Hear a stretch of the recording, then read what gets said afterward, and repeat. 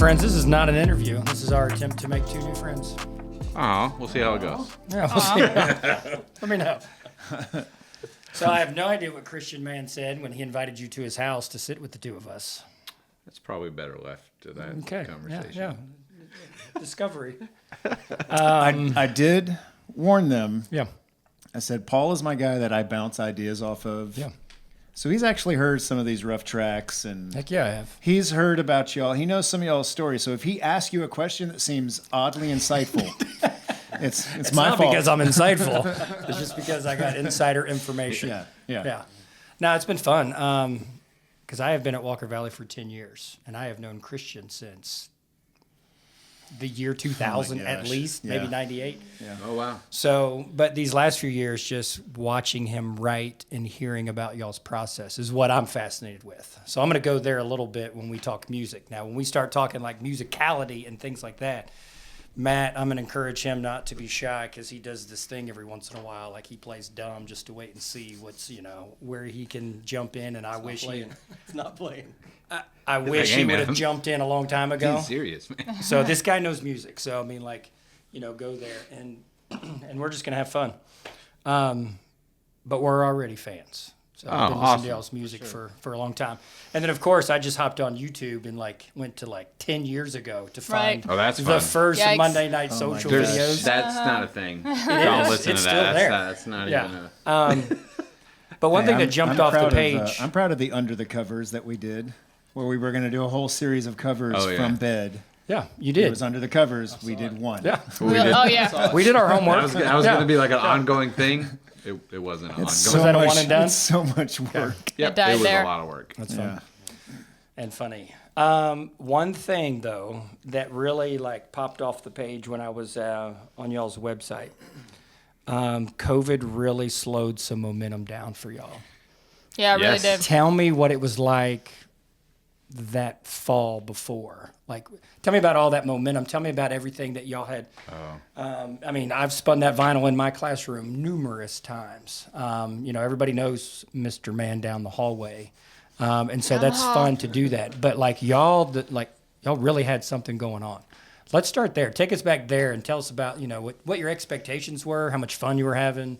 I mean, just give us something. All right. Who's starting?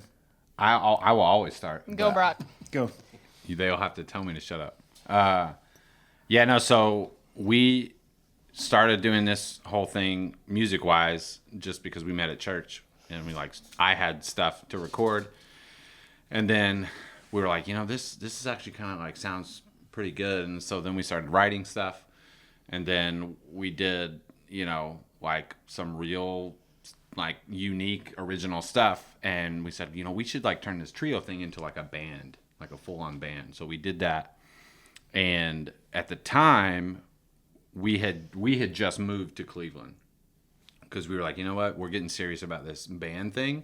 Let's move closer to Christian to do the songwriting, figure out what this is going to be like. And so we had just kind of really formed what that was going to be like, and we wanted to network into Chattanooga. We need to go and meet other bands, meet the music people in Chattanooga proper. And Are you calling yourself Monday Not Social at this point? we had just started. We had an unfortunate name before that. It actually popped up in my memories. Yes. It was we had just so one of the first things we recorded was, like Brock said, he had the gear to record, which I didn't have any of that stuff yet. I have since added, but not at that point. So I was like, ooh, he has something to record. We write songs, we sing. Let's do it. And so we had done an EP in their apartment. Anyway, it was I had posted, hey, new single coming out, hashtag said the masses. Right, we're the voice of the people. That was the idea. That is not what it says when you hashtag it. When you hashtag it, said them. Yeah. We were like, well, I like it. Guys, I think we need to pivot. because hashtags were just becoming hard popular. Did that get posted though? Oh yeah. I think so. It's out there. Yeah, It's yeah, out We there. didn't have a band page yet. It was It was all on social media. it was just personal stuff. So we hadn't but we had stickers that we had made, and then so we were proud like, of them. Please tell me at Let's least not. one of those still exists. I There's a think, picture might. of it. I don't know I if think it's on sticky my or- pedal Okay. board. Love it. I'll pull it back up, Yeah. and it's Said the masses. yeah. Even if you say Even it, if you say it, said Even the if- masses. you Like it could just interpret sounds it like one yeah. of them. Said the masses. Yeah. Said the masses. So It was not good. Yeah. Not our Yeah. best. Anyway, all right. So we're Monday Night So- Social at that point. So we're like, hey, let's network. And so I don't know who it was that it probably was Christian, because he's always the one that's like, we should do this thing, and I'm like, fine. And then it ends up being a really good idea. It was like, there's this I'm about to competition. experience that this weekend. Yeah. We're Yeah. going to DC. We should go to this restaurant. We should go to this Thoughts and museum. prayers, man. We should. Nah, I've already lived this life, so we should go to North Georgia to go to a hotel and just Exactly. scout. Yeah, I'm that guy, so I'm So gonna tag along. we was like, hey, there's this competition in Chattanooga that would be like a good. As much as way I enjoy to- taking credit for that, I'm pretty sure that was Janet's idea. It was one of them. They're the idea. Definitely They come one up of with the Yeah, adult I'm pretty sure that ideas was of yours. Yeah. like, hey, let's have a plan to do something. So, but it was like, hey, let's go and do this competition. We'll meet other bands, kind of get our foot in the door in the Chattanooga scene, because we had been doing some shows around Cleveland. So like, all right, cool. It was called Road to Nightfall. Like, yeah, Road to Nightfall. They do this cool thing where the winner gets to headline a Night of the Nightfall concert series if you win. So But we were just doing it literally just to put ourselves out there. I'm like, hey, we're a band. Let's meet some people. so everybody knows, sorry, real quick. Nightfall is a concert series that Chattanooga has done. It's in like its 35th year now. They shut down downtown Chattanooga at Miller Park. They bring in touring acts for the entire summer. And what Brock's talking about is they had decided at some point to let a local band, you had to live within 50 miles of Chattanooga, so a local band can compete and headline one of the nights. And you get treated like a headliner. You're in the green room, you get the meal, you get radio promotion, you get all this stuff. And so that's the road to Nightfall that Brock's talking about. But Nightfall's, it's a big deal. I still have Yeah. the T-shirt that our name Yeah, is on. same. Okay, I feel like that's what I That's a said. big Watch deal. this. Correct me if I'm wrong. If anybody is listening to this episode right now, they have listened to the Christian Mann episode. The Marathon Man. Yeah. Yeah, For sure. And remember, we got him to that concert right there, so the people know. Yeah. They know. Now, if we have new listeners, of course, thank you for that little tidbit. But like when he said, like, we know some stuff, man. We love that part of the story because It's really cool. y'all did not plan that. No, and we won. So that I was know like, that is super cool. oh my gosh, like this is going to be amazing. So part of that was we get a free recording of a song, right? And then we get a free music video as a part of that as well. Is that the shutting down Tennessee? That's it. I love that. Shutting down Yeah. Tennessee. Yeah. So we're like, hey, that's a good one. But we had a handful of songs at this point. Like 30 minutes worth. We did not have a full album. And so a contact that we had met through the great Richard Wenham put us in contact with this guy, awesome contact, and was like, this is a really cool song. I can get this video like on CMT, like on TV. And we were like, what? It's like, but you need an album to like, if we're gonna put this out there, then you need to like go and play shows and have an album to promote and have all this stuff. And so we very hurriedly wrote enough songs to fill out a 10-song album and said, cool. And this guy, Jeff, is still working with us, is a great guy, helped us plan this like East Coast tour that we were gonna, like, I had PTO I could use at work. We were gonna do a lot of it in the summer, and we were gonna just like do this thing. Teachers, right? Oh yeah, y'all were ready. That's 10 And weeks so of we were travel. like, built in. let's go. This is probably like the end of 2019. yeah, end of 2019. So we get This ready. might be summer 2026. Yeah. There you go. Yeah, I Yeah. got you thinking about it. The two of them, I think, are still Okay. thinking about it. So Yeah. it's like, all right, cool. So we had this thing planned. And this was like the winter. We had locked in these dates. We're going to do this thing. We're going to get a video on TV. Like, oh my gosh. And then this little thing called COVID happened. Kobe Bryant passed away first. True. And then and that hit hard. Did that have any impact on the band and their Kobe? Kobe? I mean, I'm a big basketball guy. Okay. So I mean, that was a huge, crazy deal. I held his hand while he cried. Well, I don't want. Well, okay, sure. That happened. Yep. I can see it. I just saw a MJ's documentary. ago, but Yeah. so that like we had all this momentum, and I know that we weren't the only band that probably happened to. Yeah, for and sure. it's like we were kind of, put all this effort and all this energy into, I don't know, let's like give this a shot and see what happens, and then. Gosh, yeah. Dunzo. Yeah. Can I introduce Ninja real quick? You Yes. can. Yeah. Or can you introduce Ninja This real is quick? Ninja. He is a 15-year-old Yorkie. He's very clingy. Very, very clingy. A little bit. So he'll probably stay here very content the entire time. Yeah.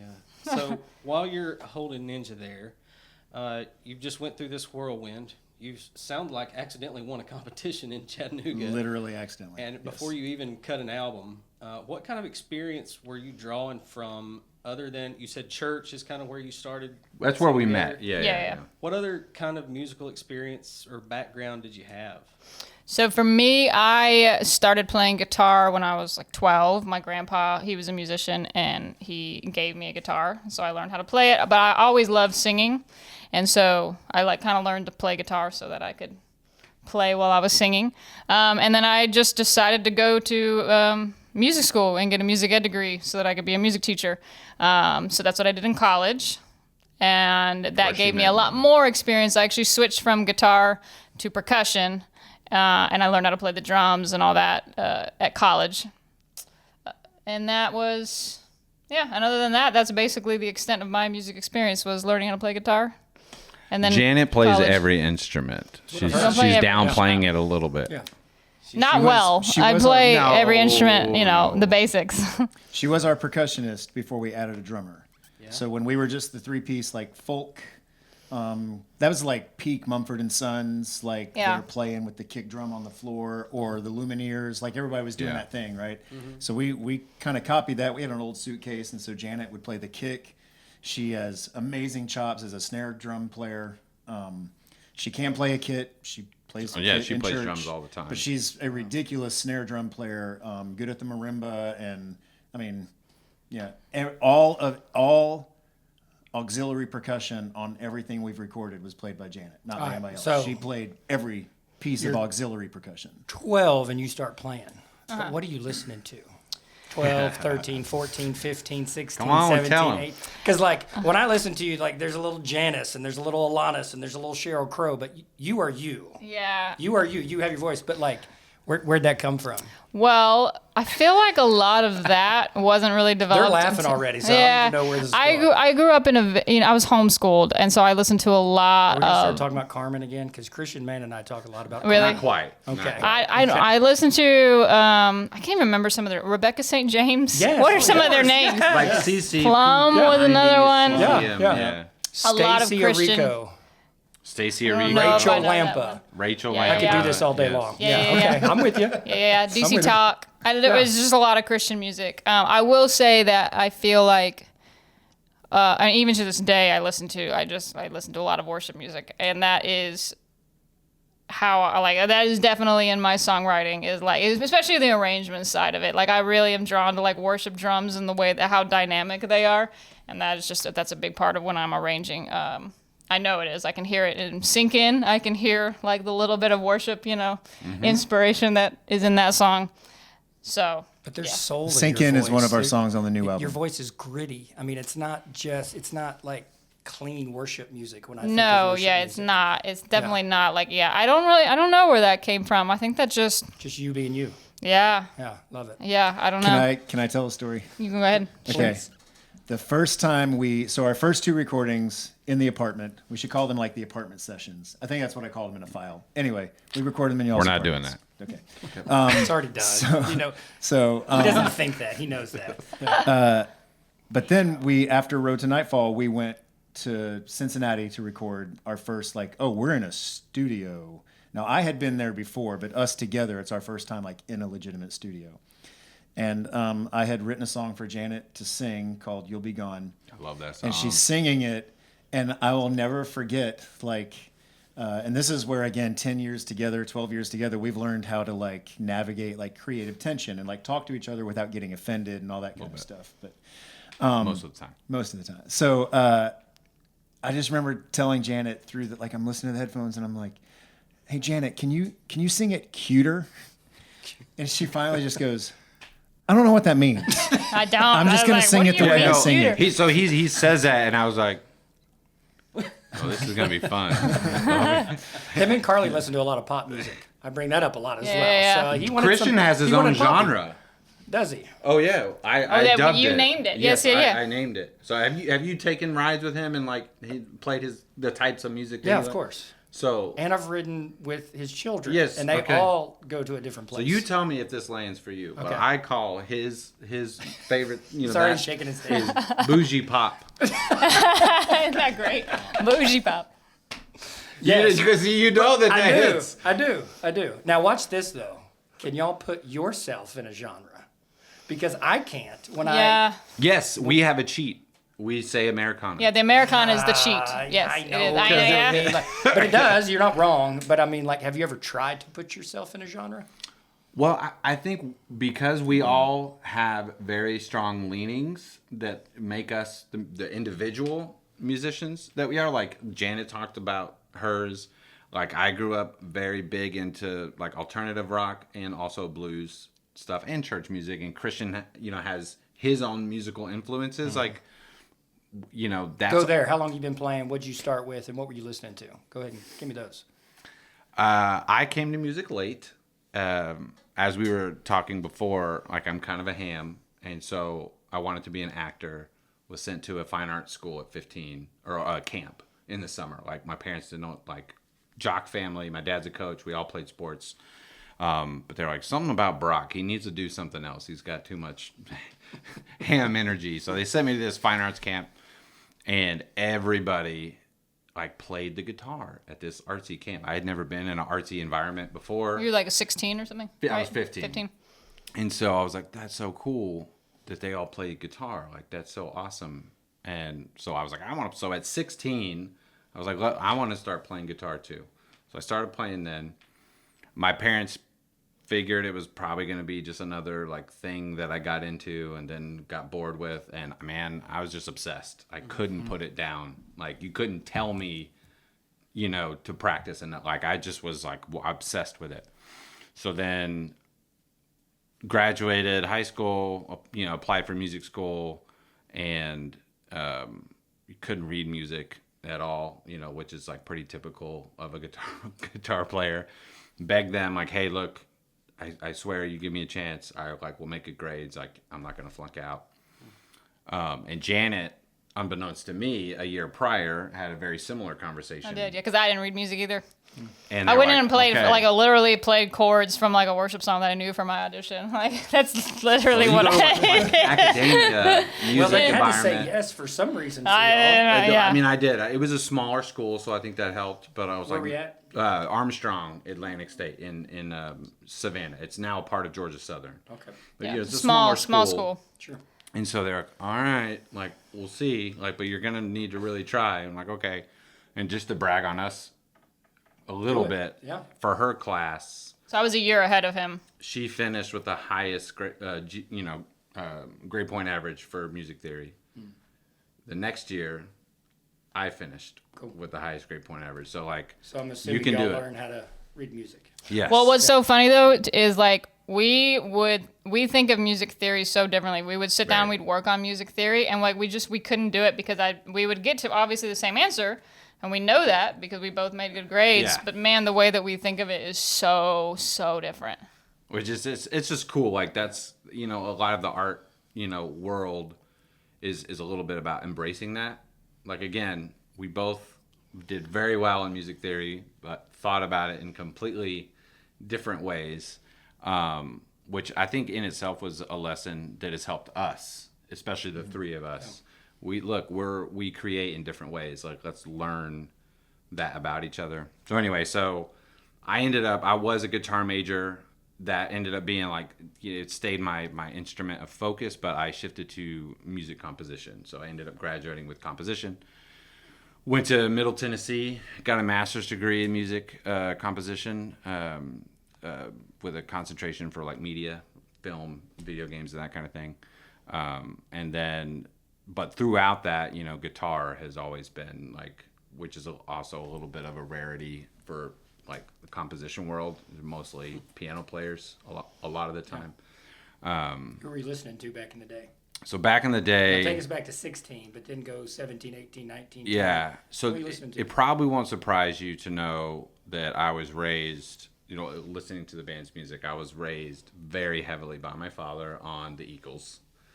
So, I mean, I could sing those songs forward and backwards, whether I want to or not. I know all of them. I know every beat of those songs.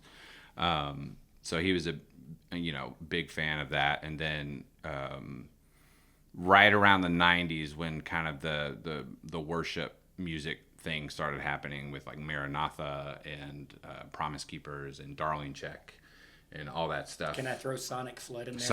I listen to Sonic Flood. Sonic Flood, Delirious. Yes. Yeah. Delirious is Sonic Flood, man. The father of the modern worship music, where they basically, what if you too, did worship music.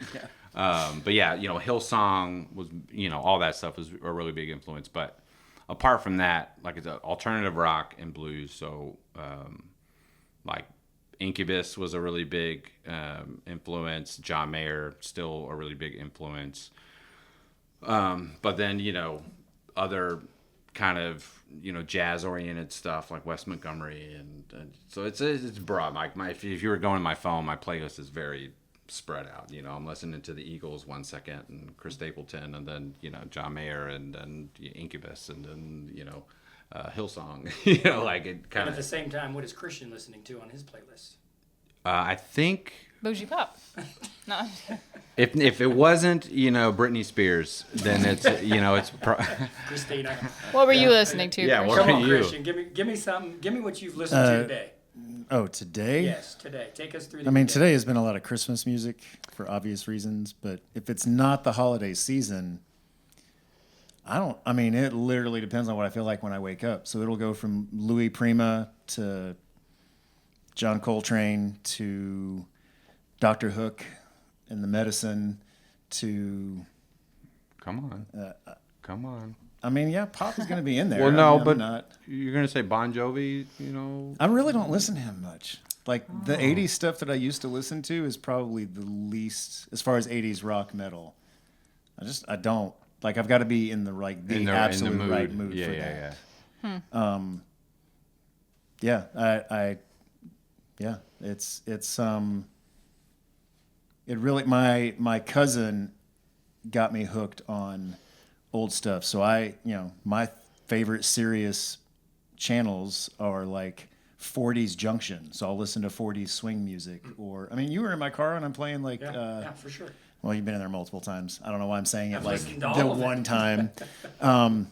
But like Harry Nilsson is one of my favorites. I'm kind of obsessed right now with trying to get his vinyls, all of them.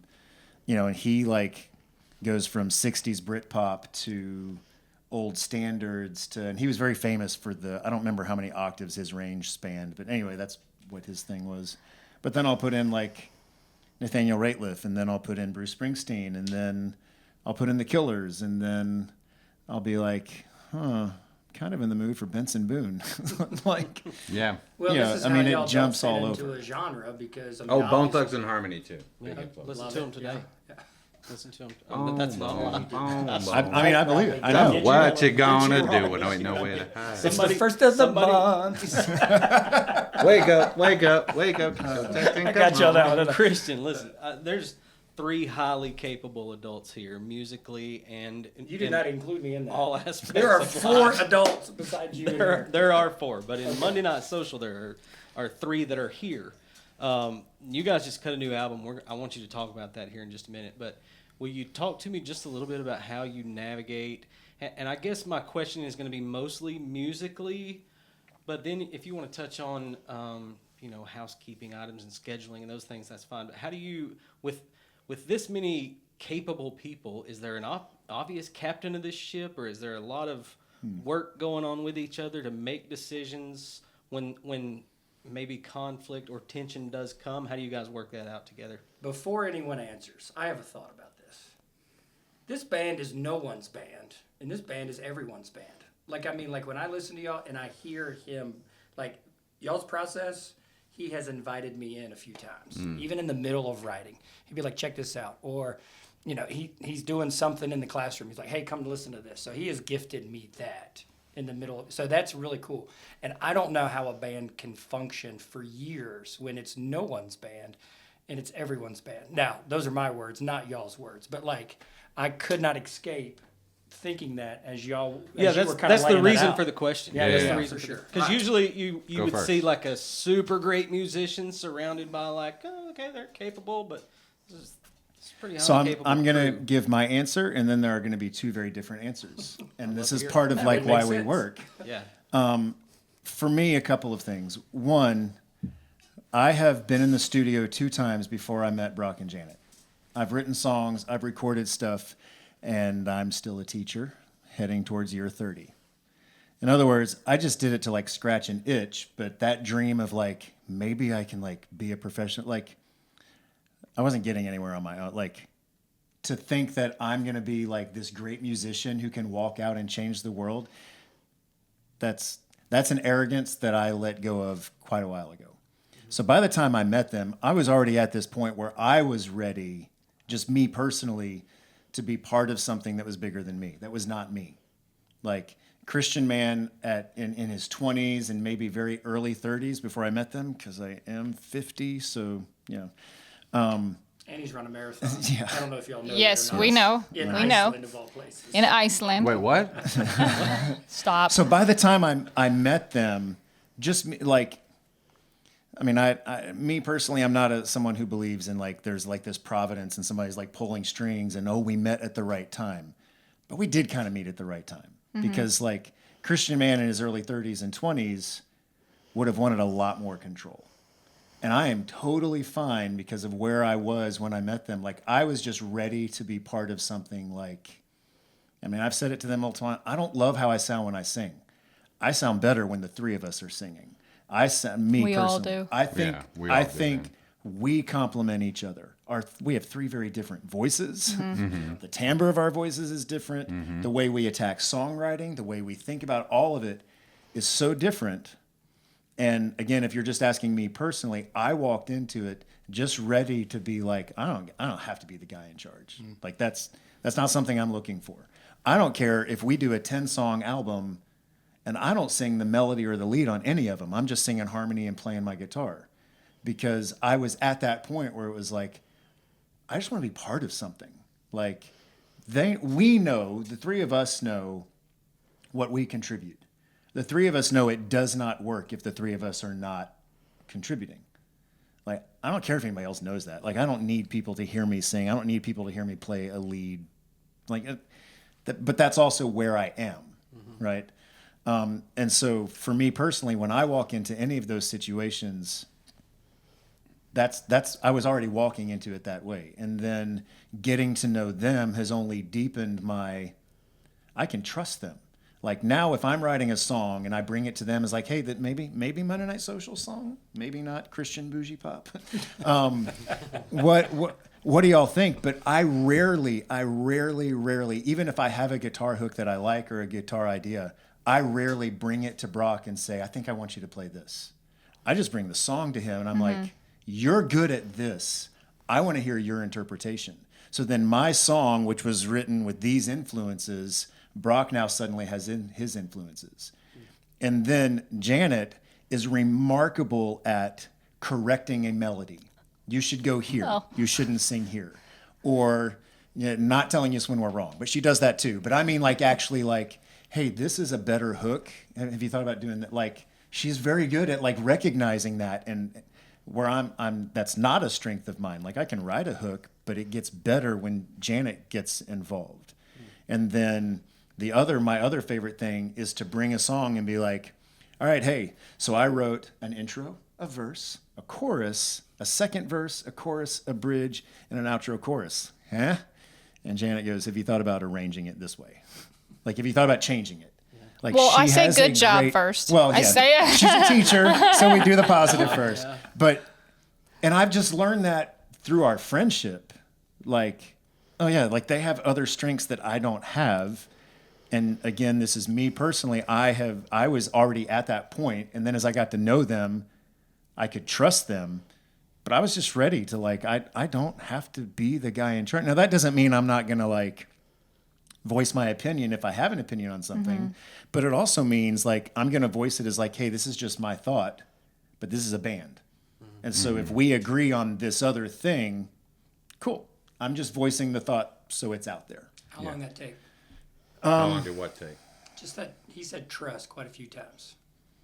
Oh, do you trust us now? Revelation. Again, for me, if the question is directed at me, I mean, the first two EPs of us kind of working together, like the first time we did a song together that now again, our first two recordings, we did not write necessarily together. It was like, I wrote this song and we weren't really at that point where like we're tweaking arrangements and stuff, which is why they're not, I mean, they're good. I'm proud of them, but they're not like, I mean, people aren't like listening to them, as opposed to what we did when we went to Cincinnati together and then got better at. And now this album, we brought somebody else into the conversation, which we'll get to at some point. But like, it was definitely a process. And those first couple were, Brock wrote 2 songs. We're going to do it the way Brock wrote it. Hey, Christian, maybe play this. Or, okay, I don't play mandolin. Let's see what a mandolin sounds like. No, I don't like that. And that was fine. It wasn't my song. And we still kind of look at it that way, but it's also very much, no, if this is going to become a Monday Night Social song, even if it's my song just means like maybe it originated with me. But if it's our song now, it's our song. And so it just took a while to get, I mean, a while. We've known each other It's for also like just 12 like years. an But ongoing thing too. Yeah. And, like, yeah. That's if you want to So- keep so creating, that's my you answer. got to keep So- building the relationship. Yeah. You know what I mean? Sure. What do you think? Return back to that, kind of what Matt said, what kind of I alluded to. How is it possible that the three of y'all can, this is nobody's, but this is everybody's kind of feel? Because I appreciate that. That's why I'm so curious about that. Yeah, I mean, I think that what that does is, especially with this album, we all have songs that are on it. You really can hear all three of us and like all of our personalities, all the things that we've been going through. Like, and I love that about it. A lot of the songs are drastically different from each other, but the 3-part harmonies really unifies them together because we do that on every single song, and so it still sounds like us. Is that intentional? Every single song, Yes. the three of you will. Yeah, it pretty much is. Yeah. Because we do. I mean, we do go in and out of different genres, but I feel like That's the thing, the bedrock. that 3 vocal thing is like what makes it. But it still sounds like us. And I'll back that up again, talking about how Janet can hear things I don't hear. I mean, we all do it. Brock does it too. It's not just, but I was talking about Janet's arrangement and hearing a melody. And so I have a song that I wrote about Carly a little bit that I may or may not have talked about, but I just wrote it and I shared it with the band and was like, I don't know that this is a Monday Night Social song, but I kind of like, and then Janet was, I mean, immediate with like in an email. No, that's a great song. No, we're putting that This on the will album. be I was like, on okay. the And album. then we met with our producer to pick the songs for the second half because we did the album in like 2 phases. And I walk in with my thought, and again, like we all had to walk in and navigate that. Like, okay, what songs do you want on the album? Because some of them Yeah. are going to go on the cutting floor. Like they're not, not going to get on it. And so I walk in with my ideas, and they're like, well, of course, Olivia. I was like, no, like. That's not a 3-part harmony song. That was my thing. I did not hear the harmonies on that song. And the harmonies on that at song all. turned out so Janet good. heard Love it, it. Love and it. So she went to good. bat for Love it. Yeah. And- Well, we both did. We were both like, no, dude, we're doing that It's a song. good song. When I heard the harmonies, like I didn't hear that. I was like, Yeah. oh, okay. Yeah. It became That's a a different good song. one. It's not like at that point it's a Monday Night Social song. I wrote it, but if I had gone in the studio and paid to record that song, it does not sound like that. It's not that song. Yeah. Do you have more on this? Sorry, I just wanted to because you were talking about the 3-part harmonies. No, you're good. go for it. No, I mean, I don't think so. I mean, I think as far as like managing it, it is like a little bit interesting to navigate that. I think Christian definitely takes, well, Brock and I when we met Christian, we needed somebody that kind of like organized us, I guess. Well, I wouldn't even say organized. I would say a catalyst. A catalyst is a good way to put it. Yeah. Because y'all were already playing together? Were y'all performing? Me and him, I mean, we played together since we met, but we weren't really doing anything. And we had talked about, I've always wanted to be in a band, I mean, Yeah. I don't know. I've always thought that would be cool. And then when we met Christian, like I said, it was just kind of something to push An us outlet. into, okay, we should start playing out. We should start playing shows Who and stuff said, like that. let's be a band? I think I probably did. I was like, what would be really cool, guys? No, I don't know. No. I say that all We'll the give you time. credit. We're putting it down. So the thought kind of, I think, mutually occurred when we did this little Christmas project. Of course it did. It right? fits this whole theme we've got going on. Right? Like, we did this little Christmas project because we were talking, and we were like, I love Christmas music. And Christian was like, I love Christmas music. Like, we should do this thing where we do our own little Christmas songs. And so Christian wrote an insanely depressing Christmas. It's so depressing. love it. You should Christian, it's I love called it too. Bah Humbug. I love it too, but like Bah Humbug is like happier than what it sounds like. But it's just so like dour and like sad, but awesome, like beautiful little Christmas song. And so he's like, I don't know, write the song. And so we did. We came up with some harmonies for it or whatever. And I think that's when kind of mutually we kind of like, And that was just me doing the engineering, right? Yeah. Like not a professional. And we were like, Apartment sessions. we're not calling it that. We're like, It's what it is, like, though. like, And I'm like, there's something there. And I remember having the discussion, and I don't know if you were a part of it, Christian. It may have just been a me and Janet conversation, but like she had reservations of like, but who's going to be Like the lead, the lead singer. singer? Yeah, exactly. I did. Right? I was like, And I said, what do you mean? And she's like, well, like who's going to be the lead singer? And I was like, all of us. And she's like, well, what do you mean? I was like, that doesn't work. And I was like, That's not a she goes, thing. That's not a thing. I was like, well, there's the Beatles, there's the Eagles, there's, like tons of examples of, this. But she wasn't, I don't think, immediately sold on it, right? So I'm going to go back to the catalyst of our group. Have you heard of this band on NPR? Have you heard of this band on NPR? Have you heard of this band on NPR? Dude, no, and I don't care. Like, quit sending me all these different bands. Wow. And hey, look, man, you're getting a peek behind the curtain. That's tough. Especially 20-something-year-old Brock. That's Sure. I'm so much nicer now. But then he sends us this one thing like, guys, okay, I know I send you a lot of stuff about bands on NPR, but there's this band called the Lone Bellow. You have to check them out. I don't even think he was like trying to do anything. He was just being Christian. Like, I have all this like and you music mentioned them several times. Like that you were I like the wanna Lone Bellow, share, the Lone and Bellow. like, no, seriously, you got to check these guys out. And I was like, fine, dude, fine. And so I checked them out, and I was like, that's what we're gonna do. That's Yeah. cool. And Yep. she was like, That's cool. that's what we're gonna do. Yeah. And so they, are a humongous kind of inspiration. Yeah. 3 vocalists, 2 guys and a girl, and they make it work. And they do 3-part harmony. They're not the same music as us, but like that idea of like, no, this, and it's like a powerful thing. But yeah, I don't want. Did you have more on the creative process? I just wanted to throw that in there. The who leads Making the band? it. We'll just make how we make it work. I I have don't. thoughts. So okay, I just wanted permission. Look, we've been married 16 years. Did considerate. she put you on like a word quota? Well, it's just a look. I'm over here clicking. It's one of these. Hey. Oh, I get this all the time. Hey, bud. I get it. And that's my cue of like. What are you doing? So I'm gonna wrap it up. No, but and I'll just be really, really honest. So Janet is really, really tactful and like really good at, conveying things to people in a way that they can receive them, which is a lesson that I have been trying to glean from her ever since we've been married, because I'm very much a blunt, it's the kind of family I came from. You say what's on your mind, and it's like, no, there's a thing about, hey, I don't care what people think, I'm gonna do the right thing. That's great.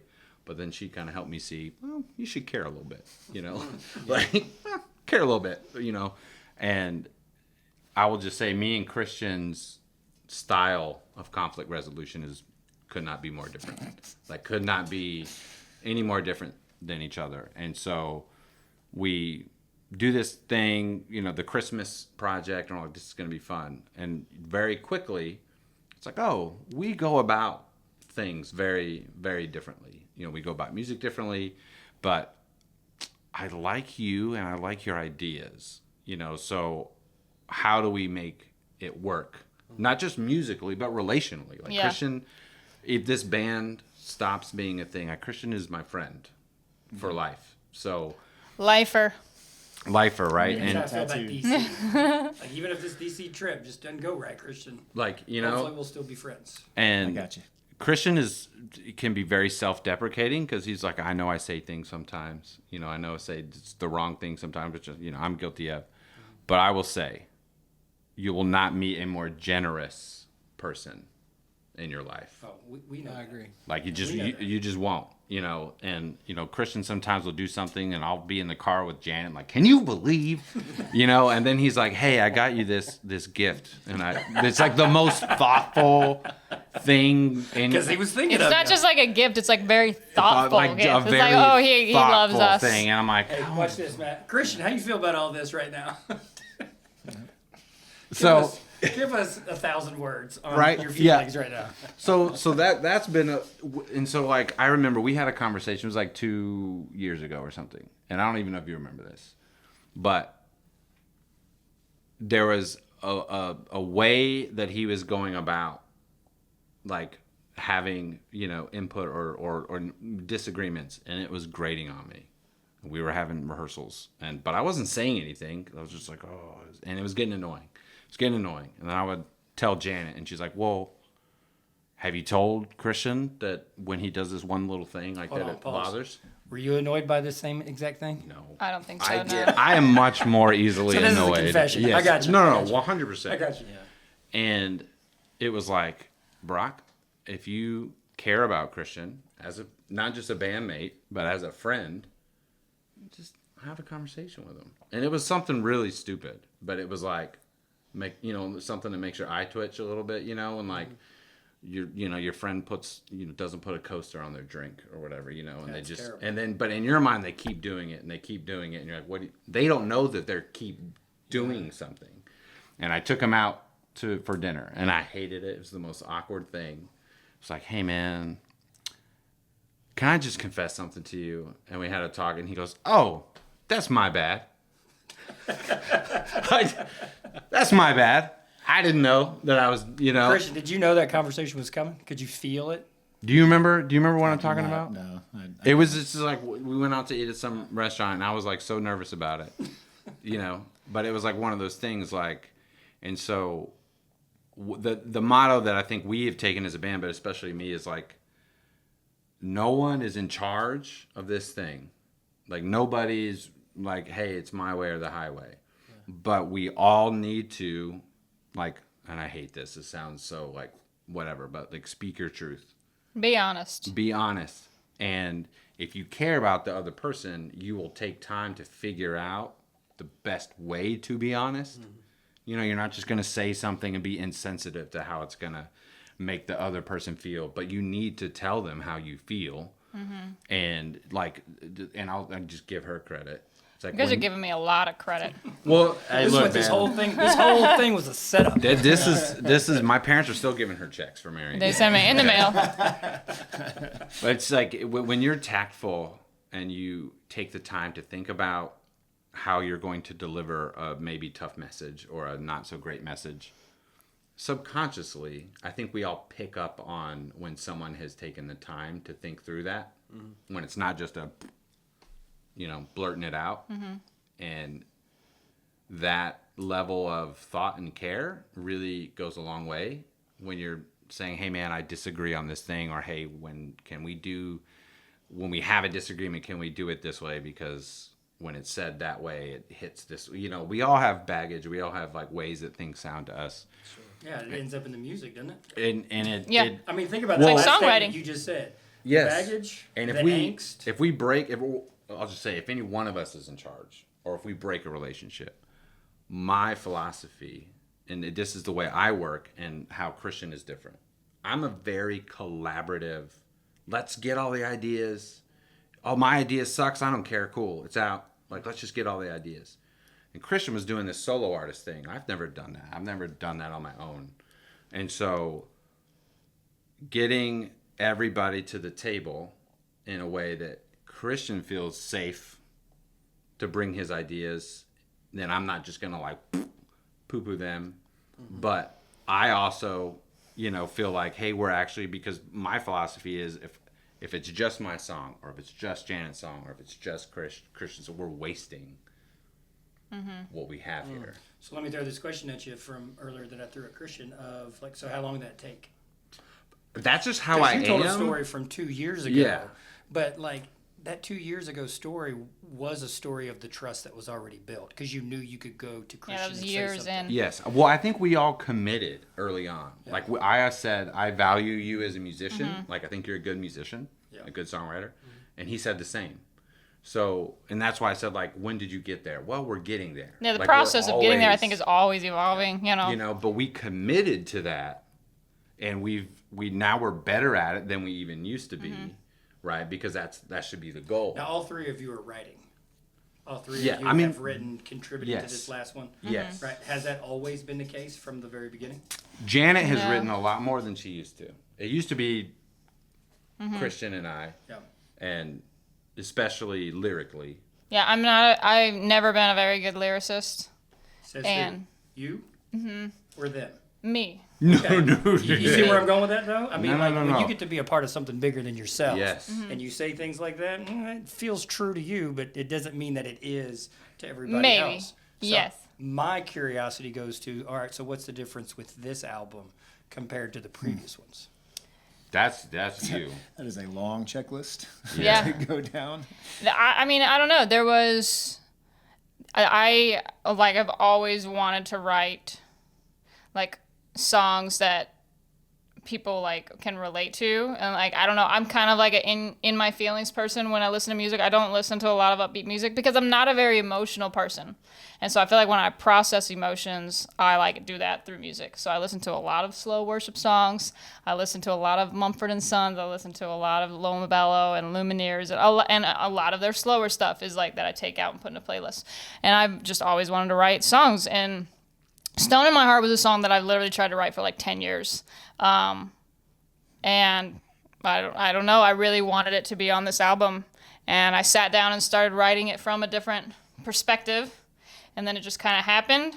And I kind of just had to really let go of the insecurities of lyrics because I do get really insecure. I'm always been a melody person. I can sing a melody and be like, oh, that's a pretty melody. You're so good at I can melodies. write. And I love arranging too. I love figuring out when the drums are going to come in, when they're going to drop out. Like, I love that part. When the lyrics are done is when I'm the most excited. I'm like, okay, now I can sit and I can like actually make a song.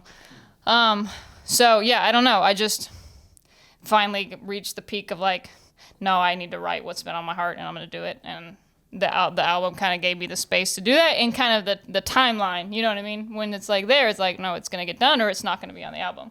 So I kind of had to force myself to just be okay with it and do it. So I guess that's what was different. And that was really cool to watch. Because she, again, I'm a very collaborative person. So we started trying to like co-write, like from ground up kind of stuff. And when she landed on the first kind of iteration of Stone in My Heart, it was very clear, like, you know what? That this is like, you need to finish this. Like some stuff is like, hey, let's all get in there. We'll finish it. We'll wrap it up. And some stuff needs to be, hey man, this is your vision, like take it home.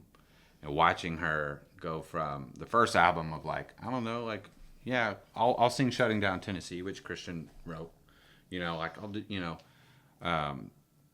for her to step into, and those songs sound like nothing Christian and I would write. Yeah. Like I couldn't have written that song. It couldn't have come from me. Like that was really cool to watch. So when you say to watch her, you're not only saying that as a bandmate, but you're also seeing that as a spouse. There's this intimate viewing of what's going on. And there's also this courageous act of being vulnerable because, I mean, everything that you just mentioned is on my playlist as well. You two are hanging out with three folks who have already had a conversation of, we're kind of comfortable with melancholy. Yeah. Like there's a comfort level there, and there's probably people in your lives that are like, man, what's wrong with you? There's nothing wrong with me. I'm just quiet today. You okay? Because you're quiet. Yeah, I'm not up. I'm not down. There's just a certain comfort level of It's like you process stuff. Like for both of us are similar in that way. Like I tend towards the emo stuff, just and then Christian writes all the fun songs. No, he does not. No, he does not. I wrote like By his one. own I wrote admission. one like upbeat song, I think. All right, let's go there then. Where'd all these horns and this organ come from then? Because I have walked along with this fella, and he's like, "Oh, wait till we get the horns," and I'm like, "Horns? Like who plays the horns around here?" Christian, But you had the opportunity to bring some people in, and also the organ as well. I mean, so when he does, since you both pointed at him, when he brings something in, so I don't know, is that fresh for y'all? Is that something brand spanking new for y'all? What did you think when he brought something in there that like y'all hadn't done before? What's that like? I mean, it was kind of the same as like what Brock was saying about me. Like I just enjoyed watching Christian be like, "This is a song. This is the vision that I have for it." And I'm gonna put horns on it, and then he coming and hearing it, and then hearing the organ. I'm like, "Okay, that's cool." That's cool. It was cool. Well, 'cause I'll be heard yeah. like you're gonna have to remind me which song, but like no horns and then horns, and it was like horns. I mean, like it made all the difference. It was they're pretty cool. And I'll be honest, there was like a couple songs that he was like, "What if we put horns on that?" I'm like, "No, we are Stop not with the horns, horns Christian." on every song, buddy." But I will say, like slow it down. Slow it down, so Oh my so cool. gosh, And Heat dude. Wave. It's like, because again, I couldn't have written that song, like even if I tried, because like where that comes from, like that comes from Christian. Like You ain't got that Cajun in you? Is that where I'm it a came Texas boy, all right. I'm a Texas boy, and I appreciate the Cajun people very much. But it's, like I was like, bring it on in. Not on that song, but amazing on this song. And again, that's like, I think with this album we were at a point where it was safe to go, what about doing this? And like, well, I don't know about that. We all had stuff, and I feel like that resulted in songs that sounded the best that they possibly, in our minds, could sound, because all the ideas were out there. Now, Kristen, we're alluding to an album a lot. For those people that'll hear this and watch it, can you introduce this album to them so they catch them up with what we already kind of know?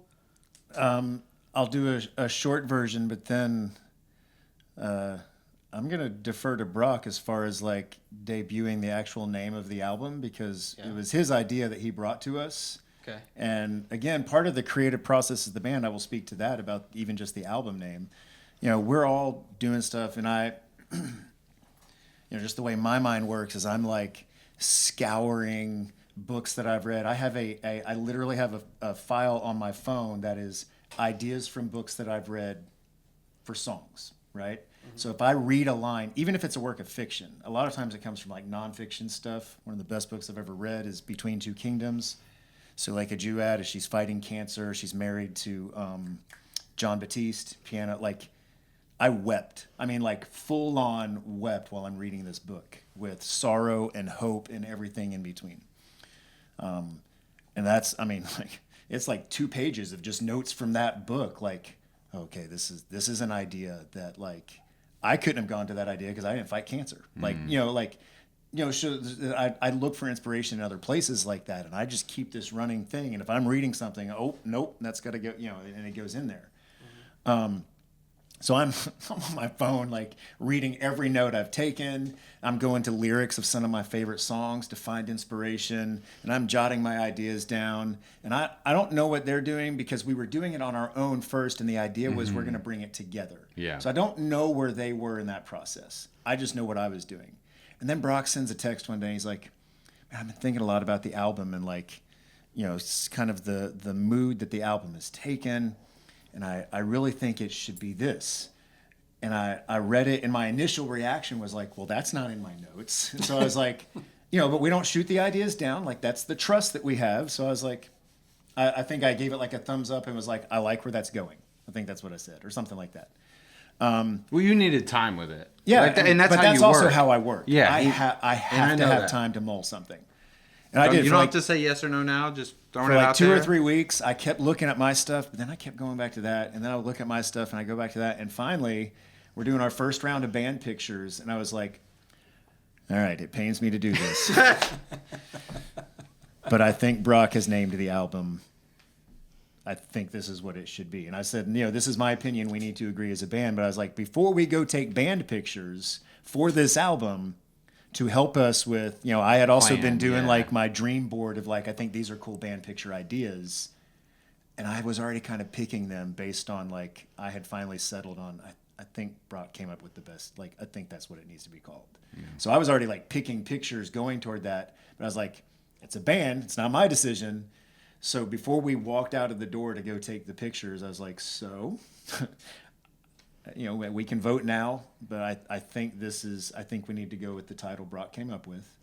And because I think that's going to help inform some of the pictures we take today in the next session to support the album. Like it needs to be kind of a cohesive idea. So that's kind of where, we landed on the name of the album. And then it was a 2-year process to record the album. October of 2023, we recorded the first song. We decided everything up till this point, we were the producer, meaning we were the final say on mixes and instrumentation, creative, everything, right? We just hired engineers is basically what we did to mix. This time we were like, we're saving money. We're gonna, after 2020 happened, which we already talked about, we were like, this might be our last, I'm going to be 50 soon. Mm. They're heading into their 40s soon. And so it was like, not yet, but just embrace it, man. Knocking on the door. It's great. Embrace it. I was like, I don't want to say this is the last album. I love making music with them. I don't want this to be it. But realistically, could be. We're moving into a different stage of life. I don't know what a band looks like when I'm an empty nester, when I'm done with my teaching career, when I'm at this point. I'm still going to write music. I have to write music. I can't not write music. But is it going to be Monday Night Social? Yeah. I don't know. So, and we were all kind of in the same place. So we hired a producer and he kind of fell into our lap. And that's a whole other thing that I'm not going to tell that story just because of time. But we hired a producer and built trust with him over 2 years to the point where the last 8 months, if he had an idea, instead of let's talk. My default was paid attention. Yeah. Okay. It was. Because true for all three of you. No. But that's also never Brock's for me. personality. I love it though. That's also his personality. That's that's right. part No, of I get that. And I will hard also at it. say it's not just my personality. I had also walked into this everything I've done to this point has just been to scratch the itch. I want to make something that hits a wider audience. And I think we write really good music. I think we need another voice to make it better. So I'm willing to listen to that voice. Yeah, for sure. 100%. Which we all were, but the way we go about doing that is going to be our personality. It's going to impact it. So I was much more just because of where I am in my life and, kind of how I'm functioning right now is cool, man. You've been doing this for 30 something years. Yeah. Okay. Yeah. Just one example, and then I'll stop and let Brock reveal the name of the album, or Janet say anything if she wants to. I've been talking a while, but for the nice for the song "The Killing Kind," I definitely had an idea for that, and then as I'm writing it, I'm even like, man, I think this is Brock's voice, and so I went to Brock. I was like, think you should sing this, and then he sang it, and then we had to tweak the chorus a little bit, so we tweaked the melody and the chorus a little bit, and it becomes this whole other thing, and then we take it to Matt. It's on the table is should it be one of the songs for this next round? And Matt's 100%, he didn't even hesitate. That song's on the album. So then we start tracking that, and Matt goes, I think it needs an organ. And we were like, what? What do you mean? This is a southwestern. I'm in the deserts of Oklahoma or Arizona. I'm out in the Southwest. No, this is sagebrush rolling by. I'm playing that guitar right there with the resonator. Organ? Yeah. But I didn't say no. I was like, oh, I don't hear that. But I'll hear it. And so he does. He goes and tracks the organ and he sends the mix. And I was like, I know. It was so cool. Oh my God. I did not. Well, and hear it was that. in a way, he used it in a way but he knew what he wanted knew to it. do. Yeah, Yeah. I'm hearing it was like super cool. church lady, Yeah, or yeah, black exactly. gospel. I'm like, we dude, were like, it's a southwestern, like country western vibe. You didn't mention the Episcopal Church just now. Yeah. That didn't cross your mind. Yeah, definitely not those organs. No. So anyway, so like that's just a Yeah. way that like this album also evolved. We gave it 2 years of our lives, like literally 2 years of our lives, making this album, Yep. writing the songs, recording, listening to mixes, going back in the studio, Waiting. yeah, You wait, did a like lot of waiting. all of it, You like came to my classroom a bunch, going, "Oh, I'm waiting on the next one to come in. I'm Yeah. waiting on the hear Sounds these like him. horns. I'm And waiting." so, and what in that waiting, we didn't name the album. Like we Yeah. didn't know what to call it. We didn't know like we had to finish it first. And so that was then when I got to the point after Brock sent me that I was like, dang it. I wasn't really like, dang it. It's a great title. Like I He love might it. have been. He might have been. But I was like, no, I've got all these notes. I was like that on my own in my Yeah, phone. throw 'em but away. then I was like, it's okay. It's a great no, it's absolutely what it should be. And so for the title of the album, stay tuned after these messages. No, I'm just kidding. We'll be right back. No, so a lot of the music from when COVID happened, and that kind of thing fell through. And I don't know how much you want me to share just about our personal journey. Share whatever you want. Okay.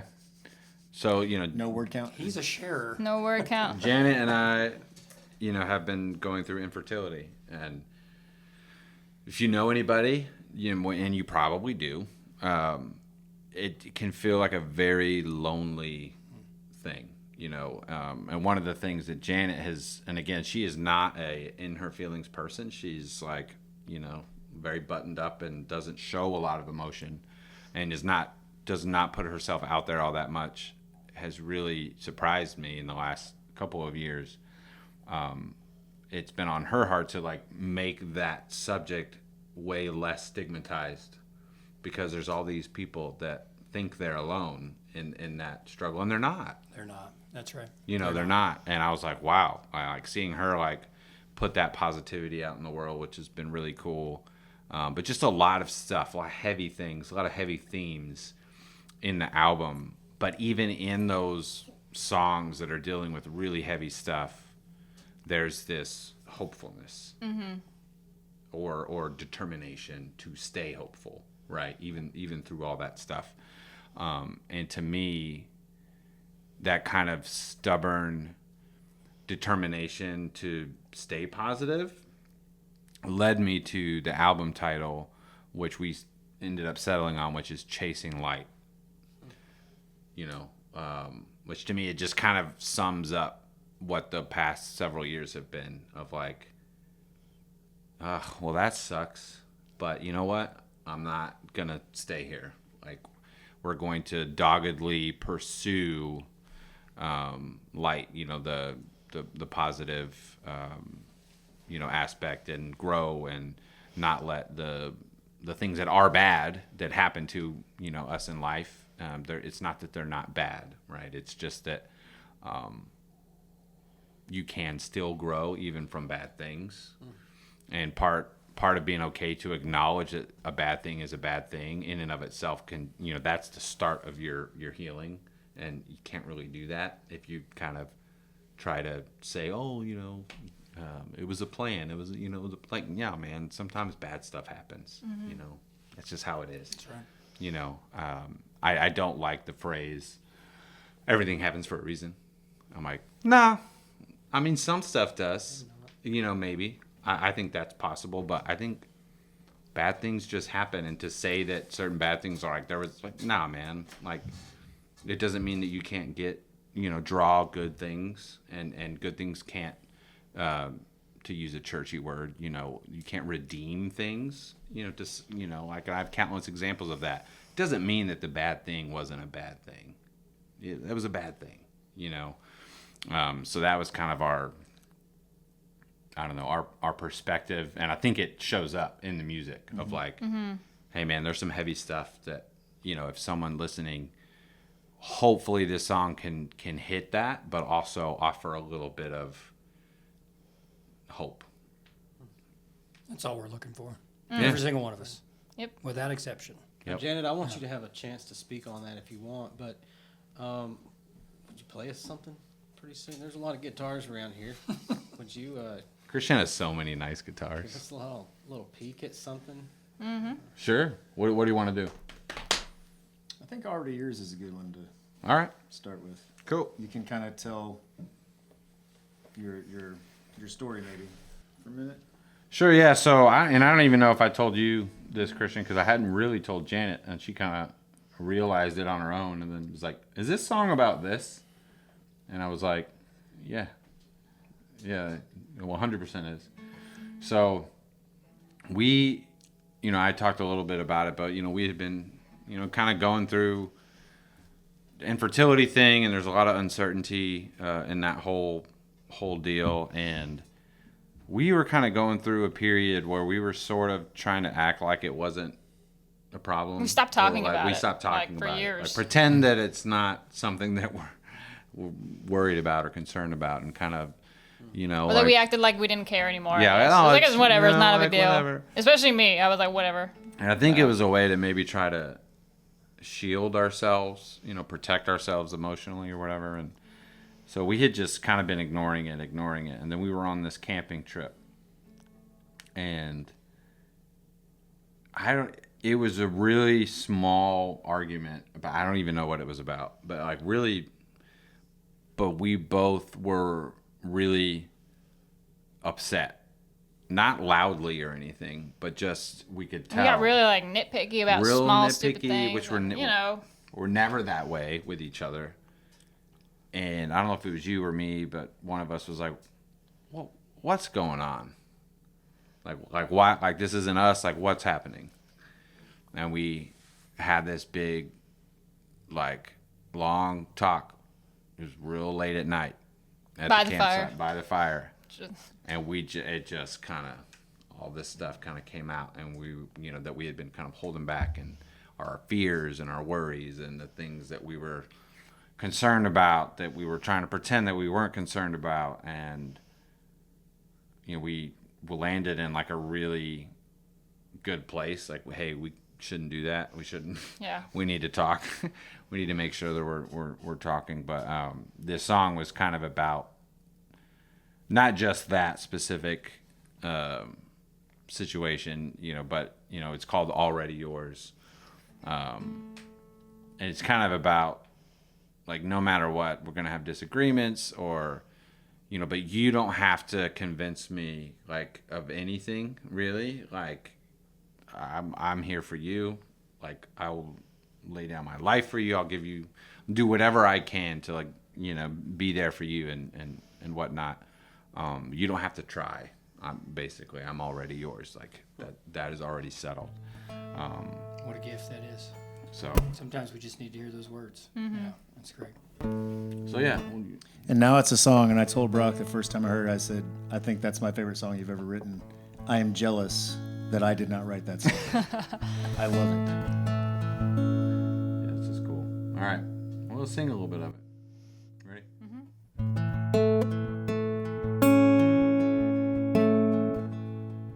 Hot as stove, ice so cold. How'd we get here? Where'd we go wrong? And I know I dug my trenches. Never thought I would be in a different one. Well, your eyes tell a different story than the lines you've been clinging to.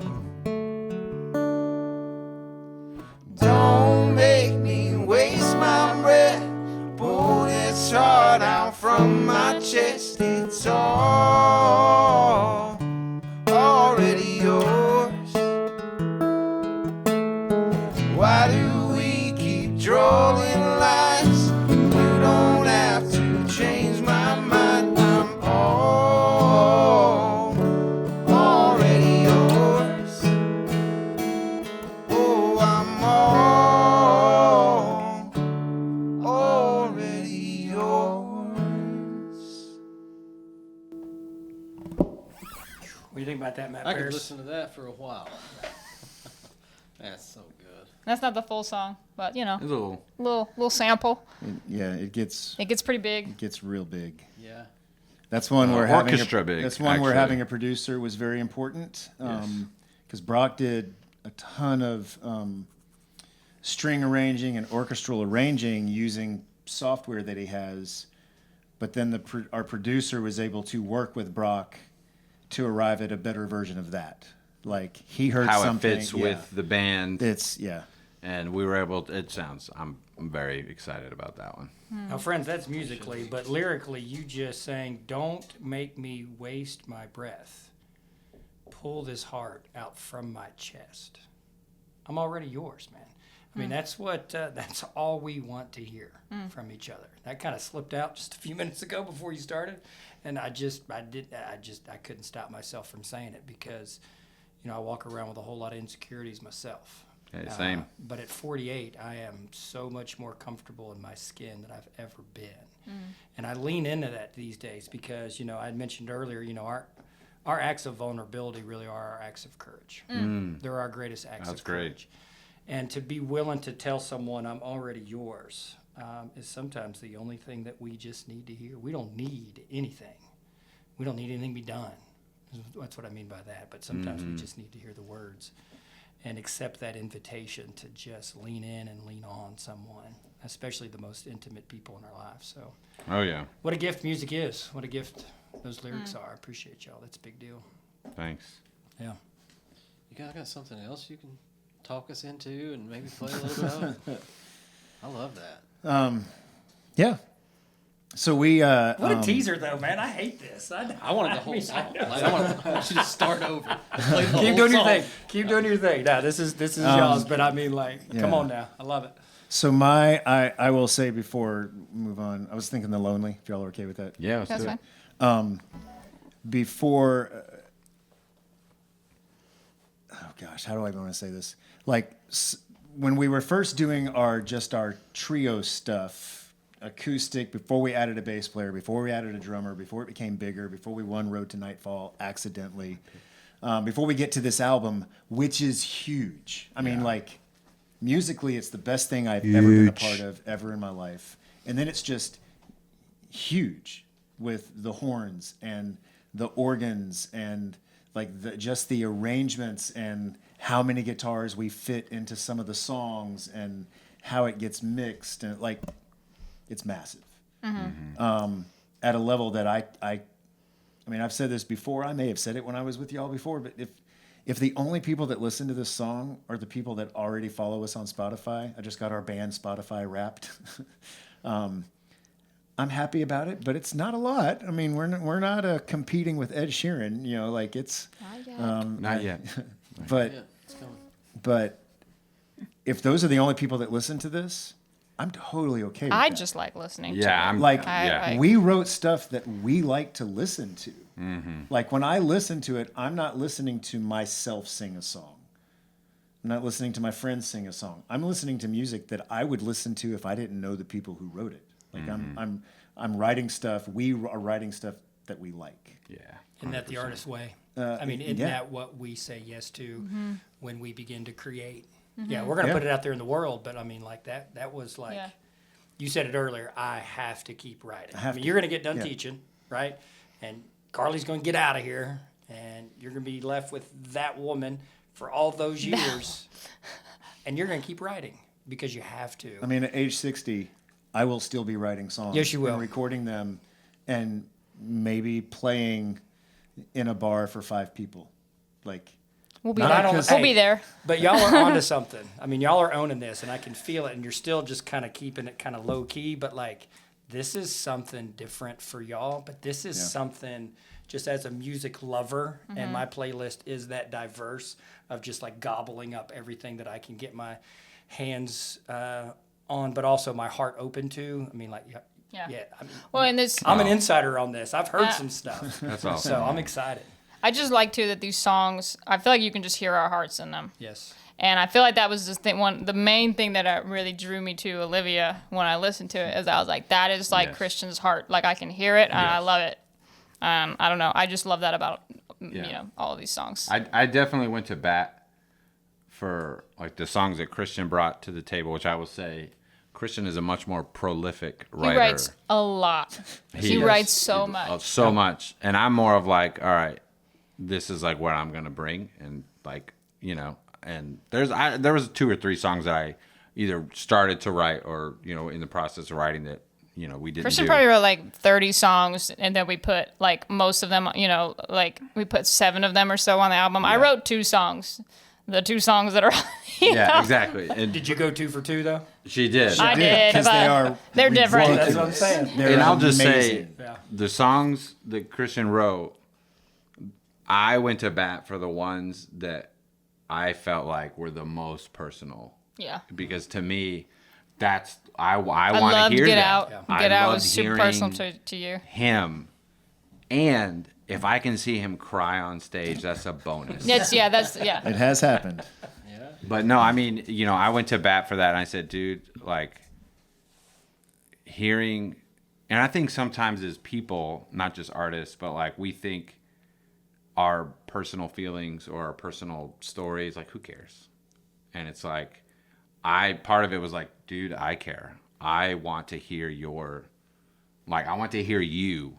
When we listen to this album, I want it to be like a snapshot of who Christian Mann was when we made this album. And like the songs that are on there, there's some fun ones that are also, belie his love for bougie pop that are awesome songs. But then there's songs that are also like come from a really personal place. And I'm like really proud of him, like that, not in a condescending way, but just proud that he did that he opened himself up that way. And it's not like he didn't sugarcoat it. It's like, no, this is a song I wrote about getting old and I hate that. And, I'm like, well, it's a good song because it's really, really you, man. And that was a really cool thing too, of just like having so many songs to choose from. I love them all. That was, that was the fun part. And I'll say the flip side is where Brock and Janet, they are drawn to and they write very personal songs just because of the wide range. I mean, we all listen to a wide range, so this is not like me trying to say mine's wide, yours. But I do show tunes. I have an entire vinyl in there of show tunes, and I know them, and I'll sing them. And I'll listen to Louis Prima, but then I'll sing Bon Jovi, but then I'll sing Benson Boone, and then I'll sing Nathaniel Rateliff, and then I'll sing Garth Brooks, and then I'll sing a couple of Mumford Sons songs. This is one disagreement we have sometimes where they're like not my favorite, but that's not a judgment. That's just, we also have very different musical styles, which becomes Monday Night Social, which is cool. Yeah. Because there are stuff that I listen to that they've told me, not my favorite, dude. I'm like, okay. Like this just, but that's normal. Like that's totally music, normal. though. But we need it. That's We need all of that from all of us brought to the table every single time. But what I was going to say is I loved, to flip it around, what you were saying is Brock writes these very personal songs like that Already Yours, which I said I'm so insanely jealous of that song. I love that song. But he also wrote a song that is completely nonsensical and just fun that is freaking amazing, that is on this album called Bad Man, that just gets huge. And it's not, Brock is not being personal and deep in that song in any way. It is Brock saying, how can I channel Stevie Ray Vaughan on a Monday Night Social album? That's what There's that Bad blues Man background. is. Well, That's 100% what it is. And a little bit of it was like, I could write a fun song, Christian. I could write a fun song. Watch. I can't. I didn't even try. But it is like when I say fun songs, I'm not like belittling them. Like people need positive, upbeat songs, and I just admittedly am not good at. I just feel like weird when I start it. When I try to. So even my upbeat, fun one, Bad Man, which especially lyrically, it's fun. It's still kind of edgy because I can't help myself. Like, and then he has a way of going, this song is not edgy. Like, slow it down. It's not an edgy sounding song. I love that song. Like, I love that song. I could not have written it because I would have been like, oh, it's too happy, or it's, it sounds too, but like he's got a way of like doing that I'm like, I love that song. So it's like, we need all of it. Give us something. So this next one is The grab a Lonely. pick. Will you hold this for a sec? And I wrote most of this song. Like the choruses, I wrote the main chorus, the verses. It is cool though because I wrote it during COVID. I remember sitting out there on my back patio when I couldn't go anywhere, and I wrote this song, and not even realizing like I was writing it because like you're just stuck somewhere, and the song is about being stuck, about someone who can't move on. But I didn't know that's what I was writing because it's just how I work sometimes. Like a lot of times, I actually heard Brandon Flowers from The Killers say this, and it just resonated with me so much. He was like, y'all stop reading into my lyrics. He's like, oftentimes the first draft of my lyrics is what is the song. He's like, I hear the melody and I just start singing. And I'm like, oh, that's what the words are supposed to be. And that's why sometimes Killers songs and lyrics are nonsense. Like, it's like a massive non-sequitur. They're just sometimes. lyrics, man. Right? Yeah. Or the Beatles said that too. But like Brandon Flowers was like, dude, that's like, I know the phrasing is weird. That's just what I sang when I first wrote it. That's what I like. Right? And so sometimes that's what happened with The Lonely. But then the cool thing is, when we decided, we were doing this other album, we brought it together. Like my first chorus was like way longer, and it like repeated. And Janet was like, master arranger. No, I was like, I love the melody. I remember you telling me this. We were sitting in your kitchen in your apartment. You're like, I love that melody. Like when I got to, I was playing it for him, and they were like working in the kitchen, and it's just like a normal blues verse. But then it gets to the chorus, and I remember Janet going, That's good. That's good. Yeah, like, yeah. And I was like, I still remember that. But then when we started, like, no, that should be on the album, Janet was like, that's good, but the chorus, like, we need to tweak the chorus. And so we shortened it. And then her idea was like, we need like a chorus that doesn't resolve it. It doesn't make it happy, but it does kind of close the song. And I didn't have any ideas for that. And so, like, we actually wrote the last chorus together. And so that's where it became a Monday Night Social song, not a Christian Mann song, is when we moved into that stage. And when we were listening to the masters, I started crying. I'm going to try not to cry while I'm telling this, but, like, the first time that our producer sent us this mix with all of the harmony, and, like, I heard a glimpse of something I wrote during COVID on my back porch becoming this other thing, which also, by the way, not just us and all this work we put in, but my son's on the drums. And I'm like, It was the first, like, it wasn't even finished. Like the organ wasn't in it, but I heard the harmonies and I heard the drums, and I heard, like, I just stood in my bathroom. That's where I was listening to it on our Sonos speakers while I was getting ready. I just had to stop getting ready, and I just started weeping. And Jana comes over and she's like, I was like, I don't know. Like, I did not expect this. It's not like an emotion. I mean, snuck up on you. Yeah. And it was just like suddenly hearing, oh my God, like we are on this journey to make something. And that was what, like 6 months into it when we got that? Yeah, this like is like the second song we kind of wrote for the album. But I loved it. Loved it. And I'm kind of it's jealous just a blues song, that you wrote it. Because it's really cool. Yeah. So we're going to do a kind of a shortened version of this one because it's like 5 minutes long. We're not going to do 5 minutes, but yeah. Let me Why make can't sure we I'm do in tune. 15 minutes? I mean, I don't understand why they say stuff like that. All right, I'm in tune. All right.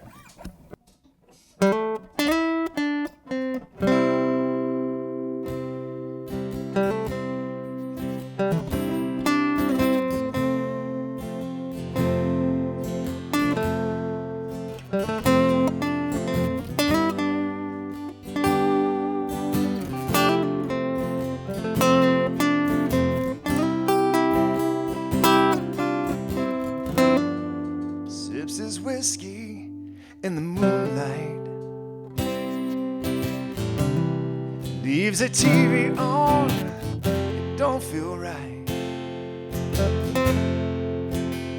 to sit alone in this room. All vacancy paints blue on the wall. One more snifter for this drifter. Oh, it's courage up for that long night ahead. Ghost of the past dance through dreams of the lost and the damned.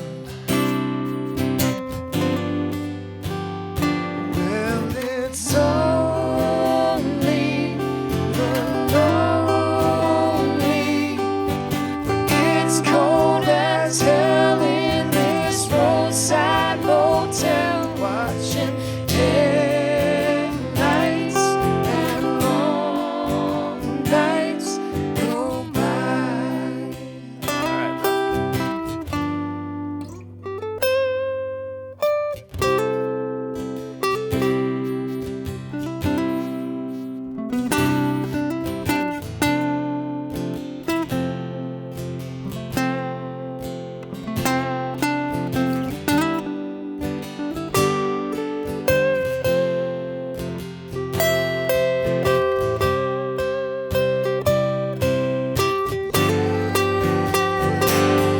It's only the lonely.